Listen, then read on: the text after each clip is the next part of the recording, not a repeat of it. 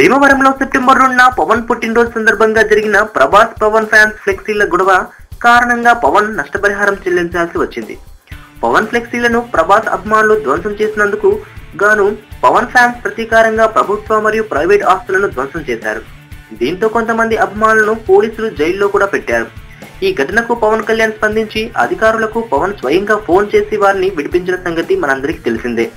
తాజాగా ఈ రోజు భీమవరం ఎస్ఐ చెప్పిన వివరాల ప్రకారం పవన్ కళ్యాణ్ భీమవరం టౌన్ కు ఆయన అభిమానులు చేసిన నష్టానికి మరియు ప్రభుత్వ ఆస్తులను బాగు చేయడానికి 3 లక్షలు భీమవరం పంపారని ఎస్ఐ తెలపడంతో మరోసారి పవన్ కళ్యాణ్ నిజాయితీ ఏంటో అందరికీ తెలిసింది.